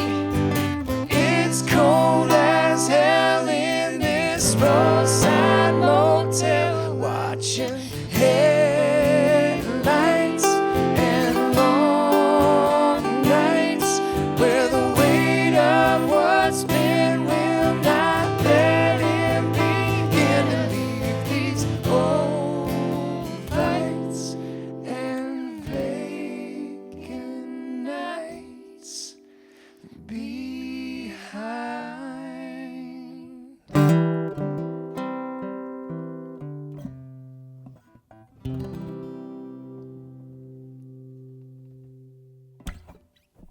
All the way in. All the way in. So you say you guys wrote that chorus together? Is that what you said? The last chorus. chorus. The weight Lyrically, of what's been, yeah. lyrically, yeah. Man, Man, I got the invite on this one down the hallway You for a did. little preview, and I just looked at him and said, like, how in the hell did you get to Middletown, Ohio, to that little tiny motel that I stayed in with my dad? When nights when we had nowhere else to go. Dang. And I mean, like, I got transported to this tiny little 6-year-old boy. And I mean, and it just it just resonates within the 48-year-old man. And I mean, I could continue to go, like, the power of music just gets me going to, like, and, you know, I raise boys and I'm counting days until that kid turns 8, where my life turned around, and it had nothing to do with him, but it had everything to do with my baggage coming into parenting. And that's what that song did for me. In the Wow. hallway of Walker Valley High School, the first time that you let me listen to this. And the same thing, like, I've broken out into a little sweat right here because it's just, I got transported again because y'all weren't even in the room just now, because I knew, like, as soon as that first lyric started, I recognized where that song was going again. And it was just like, that's the gift that y'all are giving to the world. And this whole album is just track after track after track that is just gonna, it whispers to folks, because it already is. And I mean, you're yeah. you're giving us a glimpse, but You worded it Thankful. so well, Paul. I don't. I've been trying to say something, and I don't know if I have the words, but like, it's so, because I've also got an invite into the classroom, and I've got some sneak peeks, and I'm a guy that I know just enough about music to be dangerous. So often when someone says, "Hey, check out this song we just did, this Janet arranged this happened, whatever," I find myself listening to those things a lot. But to get you guys in here and to hear your stories of your individual artistry and your collective artistry, because that's, you know, I ask a question at the first of the podcast about how you guys kind of function musically, how you make decisions, and the fact is there's a lot of combinations of 3 to 5 people that can play an instrument, and they can even write a poem. It's a lot of different than creating art, and to hear your stories and to hear your experiences and to peek into that vulnerability that you're giving, which is, that's what moves you. I mean, that's what it is. We talked about masks on the podcast last week. When you take those masks off and we get to see into the, you know, peer through the window just a little bit, and to be in the room with it right now, it's powerful. It's a big deal. Thanks, man. I will say it's a point of pride for me, specifically because I can have a very domineering personality. It's just like that comes naturally. And again, I'll give Janet credit for, she has always put faith in me and believed in me, even when I was really rough around the edges, to say like, no, like the world needs people that will stand up and speak and say what's on their mind. But I always try when I'm in any collaborative environment to encourage safety and honesty. And you can't have honesty without safety. Is something I've learned. And to your point about taking off masks, it's hard for me to do that personally sometimes, let alone have us come do something that's so personal to us. But I feel like for me, I'm proud, like when Christian wrote those really personal songs, I was like, oh, like that's him being vulnerable, and for us, I think we've all committed to say no masks. Like, I'm not trying to impress you. New album name? No masks. No masks. But, No. I'm not trying to impress you. Yeah. I'm not trying to win. I'm not trying to be the leader, and you kind of have to earn that every single interaction. That's right. And I feel like I'm just proud of all of us for committing to doing that. And I think the results are further reinforcement. Yeah. Like, look what happens when we come together and everybody's at the table. Like, we get stuff that I don't think any of us could have done on our own. I'm proud of you all too. I'm going to allow you to keep using the word in my presence, band, because you have to sometimes. Man, you guys are artists for real. And I don't know. I won't powder you up. I don't know if I could have said that when you first came in the room, because I didn't know. I mean, I knew you could play, and I knew you could sing. I've heard you in person. I've heard you on CDs, and I've heard you on the internet. But you've sold me. You've convinced me. We got them. We got him. I don't know if y'all know this, but Matt was at the show we played in downtown Cleveland when I found out after the show I had COVID. How'd you find out? I couldn't. Oh, no, I wasn't COVID. there. Yeah. I was I couldn't. yeah, I you wasn't weren't there. No, We had yeah. somebody come sing. Yeah. That's right. Katrina, we had to get somebody else. who to, is- yeah, Katrina Barkley. And Yeah. Yeah, that's shout the out to show. Katrina Barkley. She's the best. But And then Matt sent a text during the show, and like it was a break or something. I looked at my phone, and he said, "I can't hear your guitar, and you are working way too hard for nobody to hear your guitar." He wasn't on. I remember that. No, because I was like, thank you. We need that kind of feedback. I mean, he was okay? like into it, man. And I was like, nope, still can't. You look great, bud, but that was a. I appreciate you coming to that show. That was a show. You got to cut your teeth on those, right? never again. Never leave us. Oh my again. gosh, please no. We were unsupervised. Please no. I got COVID. Oh wait, that wasn't your fault. Yeah. I heard you guys again on the steps at the police station.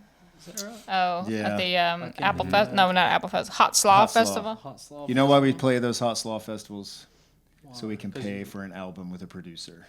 Yeah, of course. I mean, Well, and And because we love it's the fun. Because we city like of to play. Cleveland. You know. It's mainly covers though. That's not like a Monday night. That's why I say it that way. Sure, yeah, it's yeah. not. It's covers. It's not a Monday night. And we love Hot show. Slaw.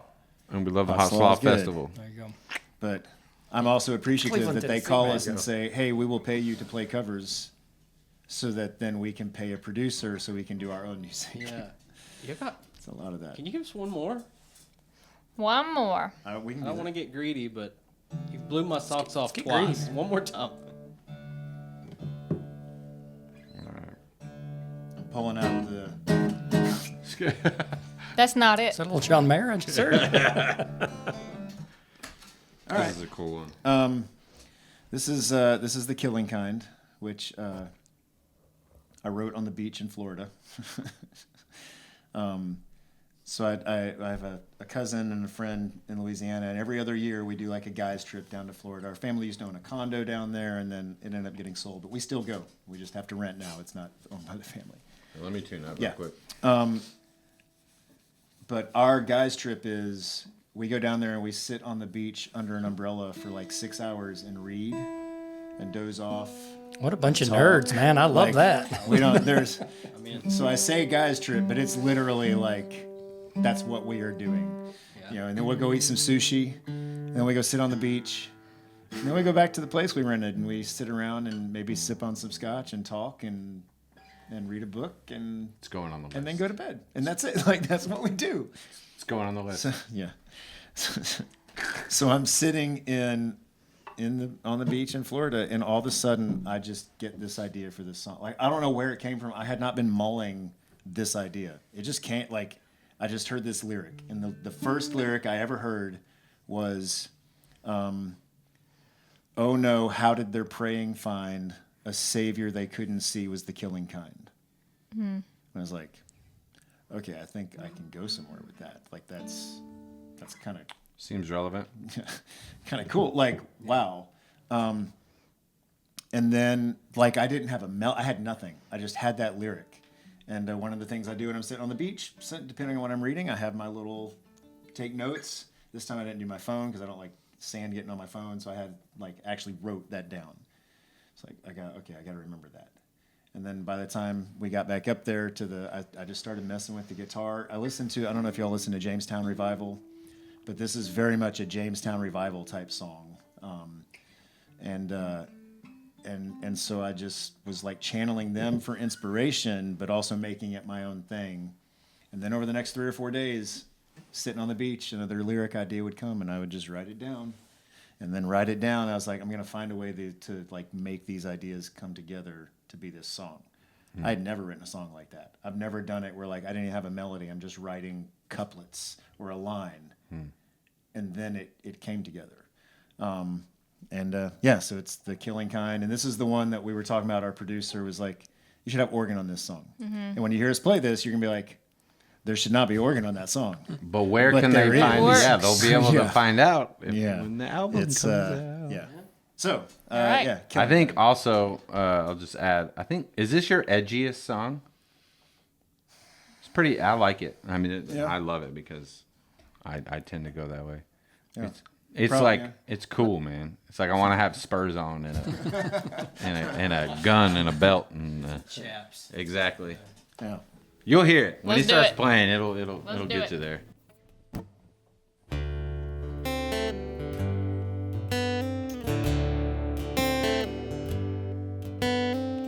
Setting sun, no break from the fever. Several miles just west of Berlin. Caught in between the dog and the wolf. Into town rode a handsome stranger. Every word felt like a custom tailor. Soon the streets seemed to echo his story. Wild tales of stolen glory. Oh no, he's got a 6-string gun, a smooth talking, fire walking, chosen one. Oh no, how the praying find a savior they couldn't see was the killing kind.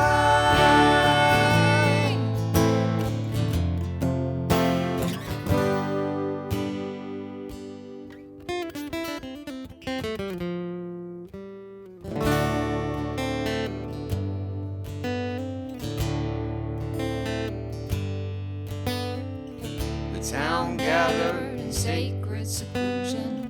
Whiskey communion, they were drunk on illusion. A brotherhood now with a holy cause. His words struck hard on the anvil. Flames spread like an old tent revival. Soon claimed they saw revelation. The last rites of a fevered nation. Oh no, he's got a 6-string gun, smooth talking, fire walking, chosen one. Oh no, how the praying find a savior that couldn't see was the killing kind. Oh yeah, he was the killing kind.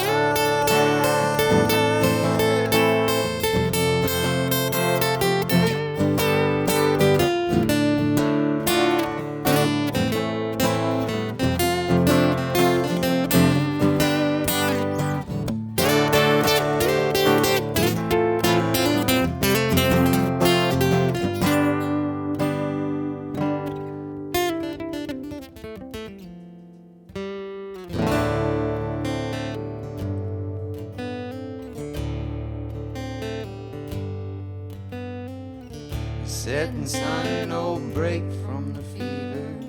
7 miles just west of believing. Caught in between the dog and the wolf.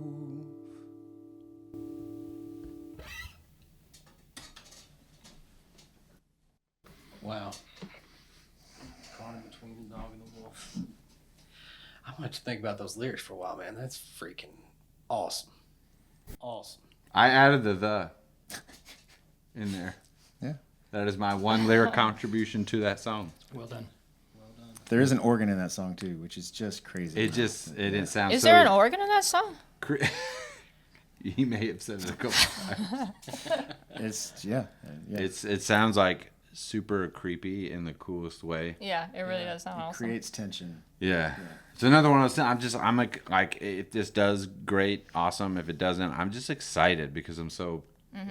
For good reason. I'm like proud of it. You know, I'm like, this sounds cool, man. Like, Christian, at what point did you know that's going to be Brock's voice there on the lead? I think when I finished the song, I was like able to play the entire song together. I was like, this needs. I can't project. One, I'm just not a loud person, so I can't project the authority that I think this song needs. And then there is a timbre and a quality to Brock's voice that is very grating is the word he's looking for. He's not. No, he is not. there is a like when I try to add something like that to my voice. Yeah, what'd you just do? Right. Yeah, it sounds stupid. I can't. But when do Brock that. does it, give us a little demo. But when Brock sings, there's like a natural. Somewhere. All right, Louis. There's like a natural kind of like gravelly, angry, like it just had something that was like this song's not for my voice. Like, I think what I you wrote this told song, me, but it's not The it's not for my universe voice. decided Yeah. Brock was going to sing. well, I think what he told me was, so the verses need to sound cool, and I think you should sing it because I don't sound that cool during, especially during. That sounds like Christian. And I was No, like- it does not. Yeah, I was like, I don't know. I was like, what? He's like, the way that you like do the thing, and I was like, okay. And then he played it for me, and I was like, Were you feeling it right away? I was like, oh, Yeah. I get, because I was like, what are you talking about? Like, and then he played it, and I was like, oh, and I connected with the song, like immediately when he played it for me. I was like, oh, I know how I'm gonna sing that. I know how I'm gonna sing that. That okay. Yeah, it's such a cool song. Yeah. So again, y'all are having a musically, like I can't even say it because I can't even enter into that conversation. But let's go lyrically, like as the storyteller. Oh my! This is a generational song. You can plug in characters and go back and back and back and back. You can camp out right this very second. But you can also go back and back and back with this, and you can insert that group. You can insert that person with the 6-string gun, and I mean that's what makes this so magical. I mean, Yeah. well done, sir. I was very purposeful about.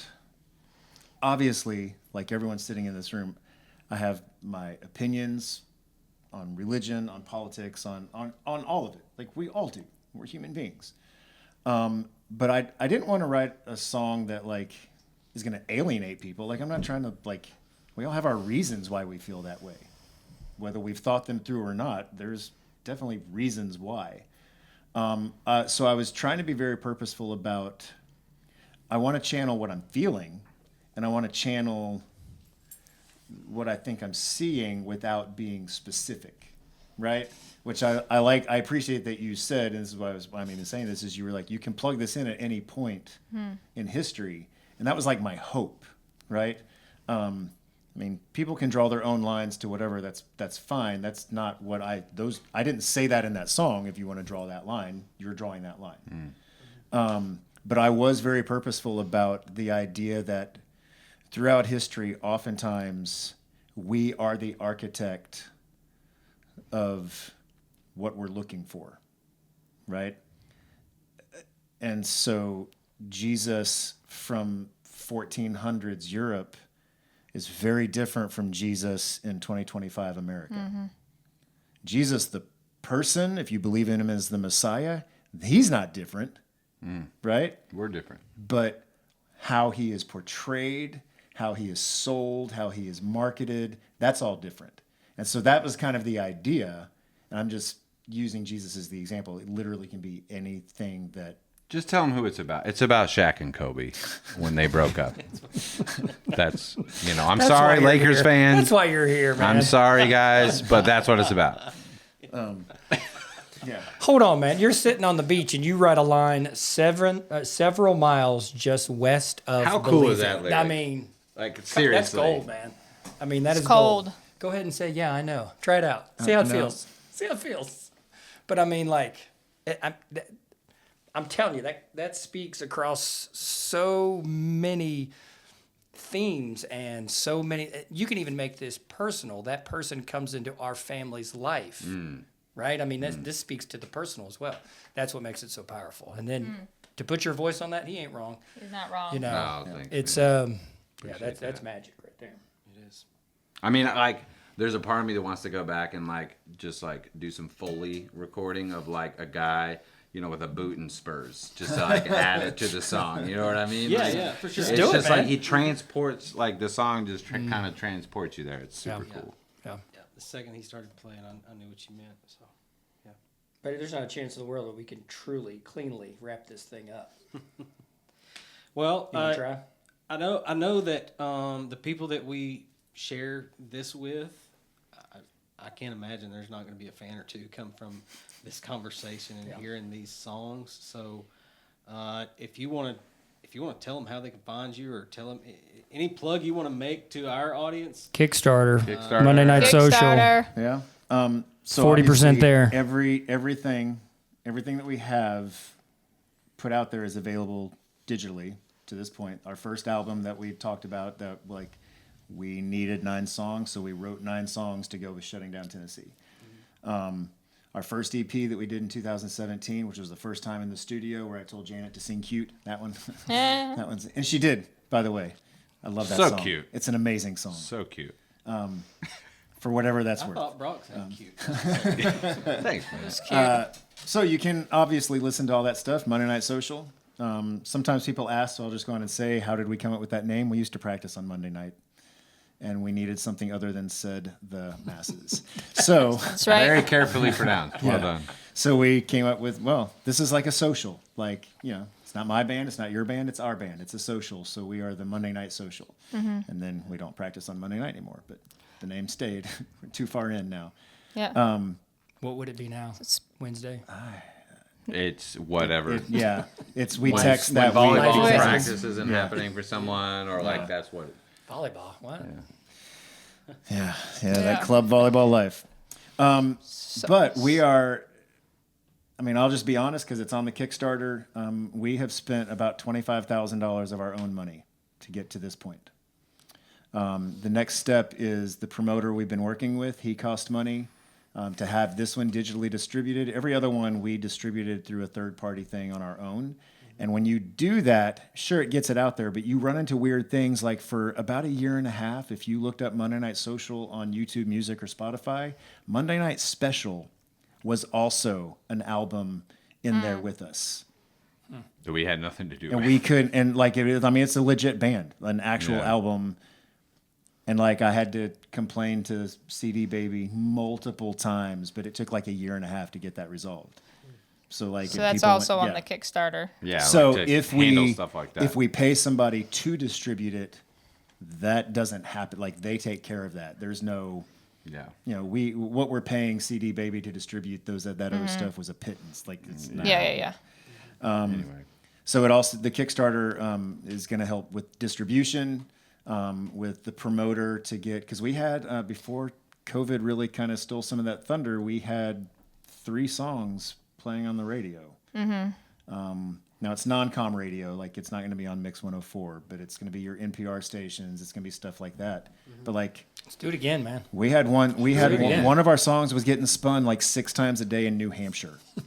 Like We had someone in the Netherlands that was Yeah. like faithfully listening to us. We didn't know why though. Okay. And so, we purposefully saved money and played shows like the Hot Slaw so that we could pay for the producer, because that's expensive in the studio time and all of that. And we're trying to get people who believe in us, who want to support us, to help us pay for the next step. Like, we have some money, but I don't want the bank account to be zero, because then, You can't tour. yeah, like, how do you go do something? So, and there are Tell a them ton about of the perks. tiers, man. If you go to the Tier 7. Kickstarter, if you go to the Kickstarter, there are now you can just get, if all you have is $10. There's not a $10 tier. I'm sorry. But you can give it. There is an option we just will to give take any it. amount. If you just believe in us and want to support us in that way. But Yeah, there but are- y'all set this up for fan success. There Come are, on. there are tiers. Details. Yeah. I'm not going to go through all 7, but if you go to the Kickstarter, just go to Kickstarter and search Monday Night Social. But it's stuff like if you hit a certain tier, We will buy you a car. No, we won't do that. We're not going to do that. you get It's a joke. you get sneak peeks. Like, we will send you an MP3 before they are released digitally and Yeah. before you have the Yeah. vinyl. And You get to we're sending listen out to a that. lot of swag. A lot of swag. Yes, All a the swag. T-shirt that we are not going to sell. It is gonna not be for going to the be Kickstarter available. people it is only. only the Kickstarter. So if you hit that level, you get a T-shirt that I promise you, no one else will have it if they don't support at that level. Basically, from the second tier up, you get a signed vinyl.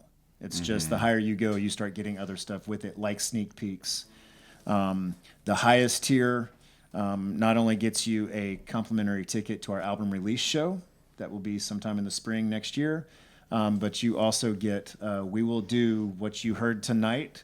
We will do a kind of shortened acoustic version of one of our songs, a How much did video, we just pay for this? and send Personally. it to you. Yeah, like They just like gave us 3 songs. How much? we will send it to you. Okay, the bill. But you will get that video. You like. That's fun, We man. will send it to you. We will talk to you. It's not going to be like a canned recording. Yeah. And hey Bob, here is your video. Like, it's not going to be that. It's going to be. No, we sat down and made this 2-minute recording song video for you as a thank you. Yeah.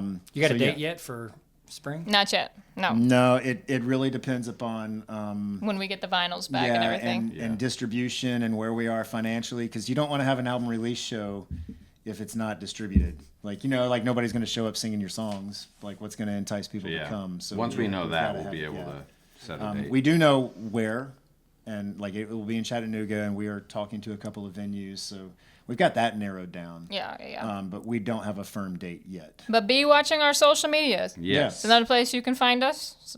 Social media. We post our shows on there. Yeah. Do you have your the phone? dates. We should take a little selfie. We are also hiring someone to help run our social media, because I don't know if I told y'all, but I'm 50. I am not good at social media. Same. And so You're not that's also 50. part of the cost. Now, No, that's no, not in the no. Kickstarter, but that's something we're having So to you're social raising your hand for it? Yeah. Social media thing. That's a big deal. Well, listen, everybody, find these guys online, find them live in the spring, find them wherever you can find them on social media. We'll get all those links and we'll share them in the description of this Thank you podcast. so much. That way Thank they, you. Thank you, guys. they have that available there. Thank you so much for sharing this moment with us, man. I'll Thank you never for having forget us. Hearing these songs right here, I feel like we just had a little solo concert. We did. Yeah, that was awesome. But Appreciate y'all. Thank you. Thank you guys. thank you, y'all. everybody.